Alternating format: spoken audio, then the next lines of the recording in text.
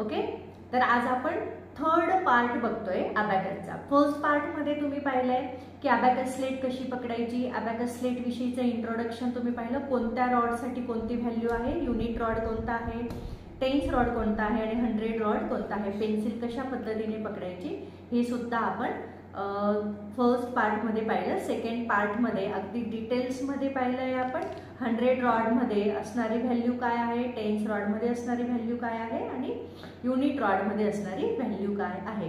तर आता आपण बोथ हँड्स ऍक्टिव्हिटीज म्हणजेच जे मी तुम्हाला सांगितलं की अबॅकस मध्ये दोघं हातांचा उपयोग करावा लागतो, म्हणजे तुमचे दोघं ब्रेन पार्ट ऍक्टिव्हेट होत असतात. जनरली तुम्ही स्कूलमध्ये एकाच हाताने लिहित असतात, त्याच्यामुळे तुमचा एक ब्रेन पार्ट ऍक्टिव्हेट होतो. पण अबॅकस स्लेटमध्ये काय असतं, तुम्ही दोघं हातांचे हे 10 फिंगर्स यूज करत असतात, काही स्लेट पकडण्यासाठी आणि काही जे फिंगर्स असतात ते बॅकअपला असतात. मग अशा पद्धतीने फिंगर्स हे आपल्या नर्व सिस्टमसाठी खूप ग्रोथ होण्यासाठी खूप बेनिफिशियल असतात, युजफुल असतात. मग ह्या ठिकाणी आपल्याला बेसिक लेवलचं हे जे रेनबोचं बुक आहे, ह्या बेसिक लेवलला आपल्याला स्लेटचा वापर करून कशा पद्धतीने दोघं हातांचा वापर करायचा आहे, दोघं हातांच्या बोटांचा वापर करायचा आहे ते आपण ह्या ठिकाणी बघतोय. ओके, तर मग तुम्हाला आता स्लेटकडे बघायचं आहे. ह्या ठिकाणी ही स्लेट अशा पद्धतीने आपण पकडलेली आहे. ओके, आणि मग नंतर तुम्ही पेन्सिल अशा पद्धतीने पकडलेली आहे असं तुम्हाला कन्सिडर करायचंय आणि झूम केलं तुम्ही ह्या पद्धतीने. नंतर बघा आता हा जो नंबर आहे 66 हा जो नंबर आहे, तर तुम्हाला आपण फर्स्ट आणि सेकंड पार्ट मध्ये पाहिलं की प्रत्येक बीट्सला व्हॅल्यू काय आहे त्या पद्धतीने. हा युनिट रॉड, हा टेन्स रॉड. मग आपल्याला 66 हा ऍड करायचा आहे, तर दोघं हातांचा एकाच वेळेस वापर. 66 ह्या बोटांनी अशा पद्धतीने 60 आणि मग हे 6 एकाच वेळेस झाले पाहिजे. हा वरचा 50, हा 10, 60, हा 5 आणि 6 म्हणजे 66 आपण एकाच वेळेने केलं. सीजर इन ऍक्शन आणि पिंच इन ऍक्शन 66. नंतर आपण ऍड करतोय 33. हा हे 30 बीट्स आहेत, 10, 20, 30 आणि हे आहेत 3 बीट्स 1, 2, 3. मग 33 जर ऍड करायचे तर एकाच वेळेस असे झाले पाहिजेत ते. हे बघा तुम्ही स्क्रीनकडे बघू शकतात आणि 33 एकाच वेळेस लिहिलं आणि आन्सर मिळाला आपल्याला 99. म्हणजेच 50, 60, 70, 80, 90 आणि हे 9. मग तुम्ही इथे आन्सर लिहिणार 99. ओके, नंतर आपण बघतोय पुढचं एक्झाम्पल. अजून अशा पद्धतीने स्लेट तुम्ही झूम करू शकता. 44. आता 44 जर करायचं आहे तर हे 40 आहे, 10, 20, 30, 40. मग तुम्हाला एक एक बीट्स नाही ऍड करायचं आहे. 10, 20, 30, 40 असं न करता तुम्हाला काय करायचं आहे, डिरेक्टली 40 आणि हे 44 हे एक्झाम्पल आपण घेतोय. 44 ह्या पद्धतीने 44 आणि मग नंतर ऍड करायचा आहे तुम्हाला 50. ह्या बोटाने 50, मिडल फिंगरने हा 50 असा ऍड करायचा आहे. ओके, आन्सर तुम्हाला मिळालं 94. मग तुम्ही इथे आन्सर लिहू शकता 94. नंतर आपण अजून पुढे एक्झाम्पल एक घेतोय 79. मग बघा 79 एकाच वेळेस 70 झाले पाहिजेत ऍड. बघा लक्ष द्या, हा आहे 50, हा 50 बीट्स आहे, 50, 60, 70 आणि इकडचे आहेत 79. हे एक्झाम्पल बघतोय आपण 17 नंबरचं एक्झाम्पल बघतोय. 79 जर करायचंय तर ह्या पद्धतीने 70 आणि हे 9 असे एकाच वेळेस both hands fingerings at a time use करायचे आहेत. ओके, 79 नंतर हे आहेत 20 ह्या पद्धतीने 20. आन्सर मिळाला आपल्याला 99. ओके, बोथ हँड्स फिंगरिंग ज्यावेळेस तुम्ही प्रॅक्टिस करतात त्यावेळेस तुम्ही फास्ट सॉल्व करत असतात. 56 आता हा ह्या ठिकाणी हा आहे 50 आणि नंतर हा 6, 56. ओके, आणि हे आहेत 10, 66 हे आन्सर आलं. ह्या ठिकाणी तुम्ही 66 हे आन्सर लिहू शकतात. आपण ह्याच ठिकाणी अजून पुढचं एक एक्झाम्पल बघतोय 15. म्हणजेच हा 10 आणि हा 5 असं एकाच वेळेस झालं पाहिजे 15. ओके, नंतर आपल्याला घ्यायचं आहे 12. म्हणजे हे 10 आणि हे 2. म्हणजे 10 हा फर्स्ट फिंगरने आणि थंबने हे 2 झाले पाहिजेत ॲड. ह्या पद्धतीने 27 आन्सर आलं. मग तुम्ही ह्या ठिकाणी लिहू शकता 27. ओके, पुढचं एक्झाम्पल अजून बघतोय आपण 65. या ठिकाणी हा आहे 60, हा 60 आहे आणि हा 65. नंतर आहे 10, हा 10 असा ॲड करू शकतात. ओके, 75 आन्सर आलं. परत झूम करून घ्यायचं आहे. नंतर 42. आता हे बघा, हे 40 आहेत आणि हे इकडचे आहेत 2, 42. ओके, 52. नंतर ॲड करायचे आहेत तुम्हाला 52. ओके, 94 आन्सर आलं. या ठिकाणी तुम्ही 94 हे लिहू शकतात. आपण 15 नंबरचं एक्झाम्पल बघतोय. परत 30, हे बघा, हे असे 30 ॲड करायचे आहेत. नंतर 53, हे 50 आणि हे 3. अशा पद्धतीने एकदा तुमची प्रॅक्टिस झाली की तुम्ही स्पीडने फास्ट सॉल्व करू शकतात. आपण थोडक्यात अजून जर हातांना सवय व्हावी म्हणून आपण ह्या पद्धतीने करू शकतात. ॲड 11, जर तुम्हाला 11 पेन्सिल अशी पकडलेली आहे, तुम्ही हे दोघं बोटं असे सोडलेले आहेत असं कन्सिडर करायचं आहे. हां, ॲड 11 म्हणजेच एकाच वेळेस झालं पाहिजे. बघा, ह्या फर्स्ट फिंगरने 10 आणि थंबने 1. ॲड 11, परत ॲड 11 करायचं आहे. हे बघा, अशा पद्धतीने ॲड 11, परत ॲड 11, परत ॲड 11. ओके, म्हणजे इकडचा 10, इकडचा 1, ॲड 11, 44 आन्सर आला. आणि जर 55 ॲड करायचं आहे तर एकाच वेळेस असं झालं पाहिजे. हा 50 आहे, हा 5 आहे, 55. परत सांगते, बोथ हँड्स फिंगरिंग्स एकाच वेळेस यूज करणं खूप गरजेचं आहे. म्हणजे तुमचे दोघं ब्रेन पार्ट ॲक्टिवेट होण्यासाठी मदत होत असते. त्याच पद्धतीने तुमची ग्रास्पिंग लेवलसुद्धा वाढत असते. आणि त्याचा अजून बेनिफिट म्हणजे पुढे जाऊन तुम्हाला व्हिज्युअलायझेशनसाठी याचा खूप उपयोग होत असतो. म्हणजे तुम्ही हे बीड्स डोळ्यासमोर आणत असतात. जसं हा युनिट रॉड आहे, हा 10 रॉड आहे, हे 100 रॉड आहे.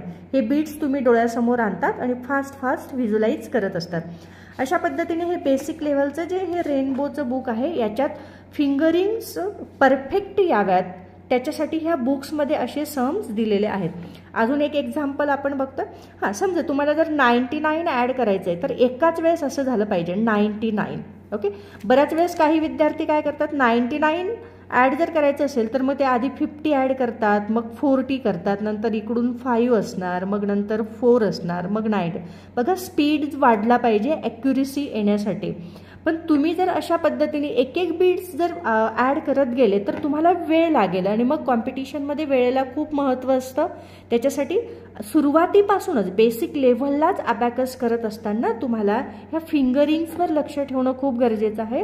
ह्या बुकचे काही पेजेस सॉल्व करेपर्यंत तुम्हाला थोडंसं फिंगरिंग्स थोडंसं अवघडल्यासारखं वाटत असतं, पण नंतर इतकी सवय होत असते तुम्हाला तर तुम्ही अगदी अनकॉन्शियसली सुद्धा तुम्ही फास्ट सॉल्व करत असतात. पण काही पर्टिक्युलर पेजेस सॉल्व करण्यासाठी किंवा प्रॅक्टिससाठी मात्र तुम्हाला ह्याच वेळेने जावं लागणार आहे. आता 85 जर तुम्हाला ॲड करायचं आहे तर ह्या ठिकाणी हा 80 बीड्स आहेत आणि मग नंतर 85, नंतर 14 ॲड करायचे, हे 10, हे 14, म्हणजेच 99 आन्सर तुम्ही ह्या ठिकाणी लिहिणार. 2 डिजिटचे नंबर्स अशा पद्धतीने तुम्ही फास्ट सॉल्व करणार. मग लेसचे पण ह्याच पद्धतीने असतात. हे बघा, ह्या ठिकाणी आपण 97 हे सॉल्व करतोय आपण. 97 मध्ये ॲड 97, हे ॲड 90 केले, नंतर हे 7 केलेत. आता लेस 71. आता लेस करताना सुद्धा त्याच पद्धतीने झालं पाहिजे. हे वरचे 50 आणि हे खालचे 20 आणि इकडचा 1, लेस 71. ओके, 26 आन्सर मिळालं. अशा पद्धतीने लेस करताना सुद्धा तुम्हाला फिंगरिंग्स एकाच वेळेस यूज करायचे आहेत. आता आपण 21 नंबरचं एक्झाम्पल सॉल्व करतोय आपण. 89, मग बघा ह्या ठिकाणी ॲड करताना ॲड 89, हे 80 आणि मग 9 अशा पद्धतीने केलं. 89 आणि मग नंतर लेस 52, हे 50 आणि हे 2 अशा पद्धतीने, म्हणजे 37 आन्सर मिळालंय. नंतर आपण बघतोय 93, हे 90 आणि हे 3, 93. यस, लेस 81, हा 50, हे खालचे 30, लेस 81 अशा पद्धतीने आन्सर मिळालं तुम्हाला 12. म्हणजे बोथ हँड. बऱ्याच वेळेस तुम्हाला बीडची व्हॅल्यू कळालेली असते, पण मात्र तुम्हाला फिंगरिंगमध्ये तुम्ही थोडेसे कन्फ्यूज असतात, म्हणून फिंगरिंग प्रॉपर होणं खूप गरजेचं असतं. त्याच्यासाठी मात्र तुम्हाला प्रॅक्टिस करावी लागणार आहे. अशा पद्धतीने आपण रेनबोच्या बेसिक लेवलला हे सम्स तुम्ही 2 डिजिटचे अशा पद्धतीने सॉल्व करू शकतात. बऱ्याच वेळेस 3 डिजिटचे पण असतात.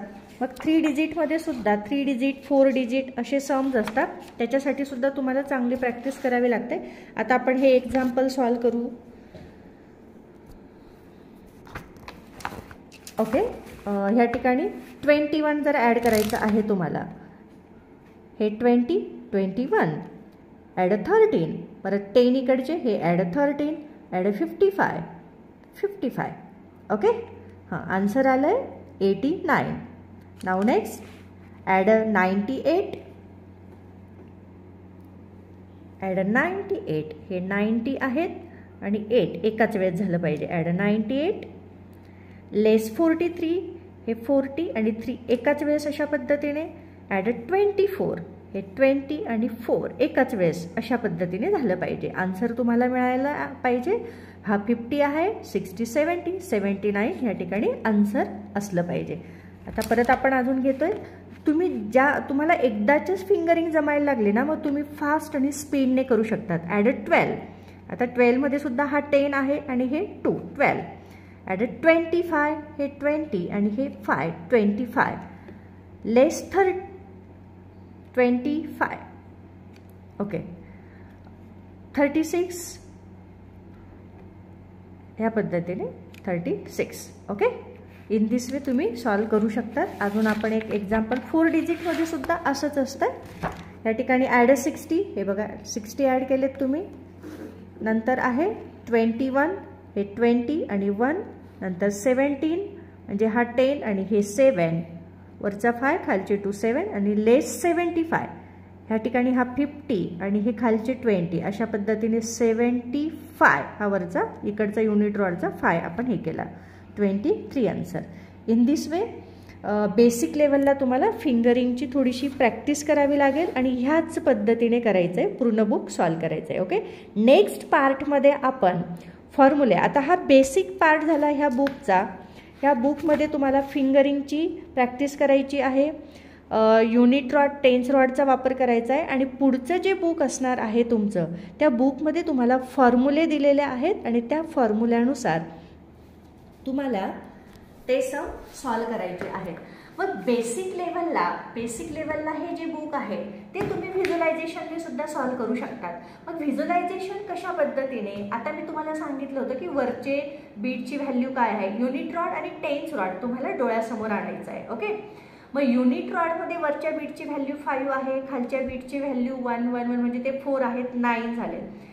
टेन्स रॉडमध्ये वरच्या बीटची व्हॅल्यू 50 आहे आणि खालचे जे आहेत ते 10 10 10 म्हणजे 40 झाले, म्हणजे 99 झालेत. ओके, इन दिस वे तुम्ही व्हिज्युअलायझेशन करण्यासाठी हे बुकची तुमची प्रॅक्टिस झाली असं आपण समजूया. आणि आता तुम्हाला व्हिज्युअलायझेशन प्रोसेस करायचे. व्हिज्युअलायझेशन म्हणजे काय, थोडक्यात तुम्ही फास्ट कॅल्क्युलेशन तुम्हाला करता आलं पाहिजे. ओके, ज्या पद्धतीने जर तुम्हाला काही 2 डिजिट सम विचारले तर तुम्हाला कुठल्या गॅजेटची गरज नको, किंवा तुम्ही अबॅकसची ही बेसिक लेवल केले, पण स्कूलमध्ये तुम्ही हे टूल नाही घेऊन जाऊ शकत. आणि तुम्हाला ज्यावेळेस सिलेबसमध्ये ॲडिशन सबस्ट्रॅक्शन विचारलेलं असेल त्यावेळेस तुम्ही व्हिज्युअलायझेशनने ते करू शकतात. आणि व्हिज्युअलायझेशन फक्त अबॅकस झालेले विद्यार्थीच करू शकतात. Keep it mind. म्हणून तुम्ही अबॅकस कोर्ससाठी इनरोल केलेला आहे, म्हणून best of luck for you.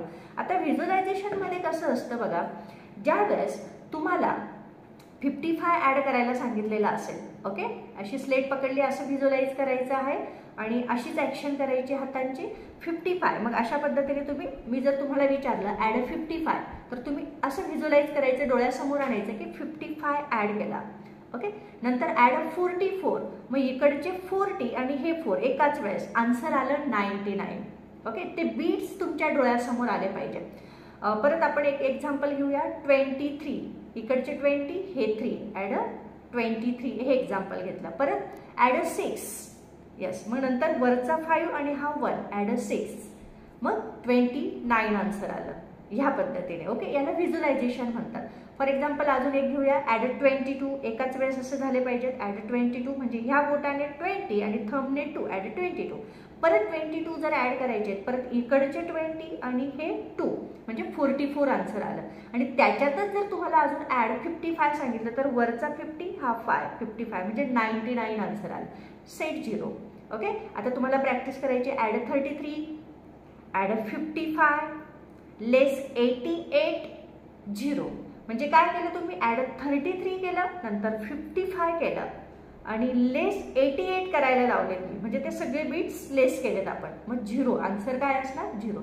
अशा पद्धतीने ही व्हिज्युअलायझेशन प्रोसेस पण खूप अमेझिंग असते आणि सिंगल डिजिट सुद्धा तुम्ही फास्ट करू शकता. Add 5, add 4, less 9, add 2, add 5, less 7, that is a 0. हे आन्सर सुद्धा चेक करू शकतात. म्हणजे फास्ट कॅल्क्युलेशन व्हिज्युअलायझेशनने होत असते. नेक्स्ट पार्टमध्ये आपण फॉर्म्युले शिकणार आहोत. ओके, ह्या ठिकाणी तुम्हाला सिंपल डिजिट विचारलेले होते आणि प्रॅक्टिसने तुम्हाला हे छान पद्धतीने येऊ शकतं. ओके, तर आपण नंतर 4th पार्ट बघणार आहोत. Thank you and keep it mind.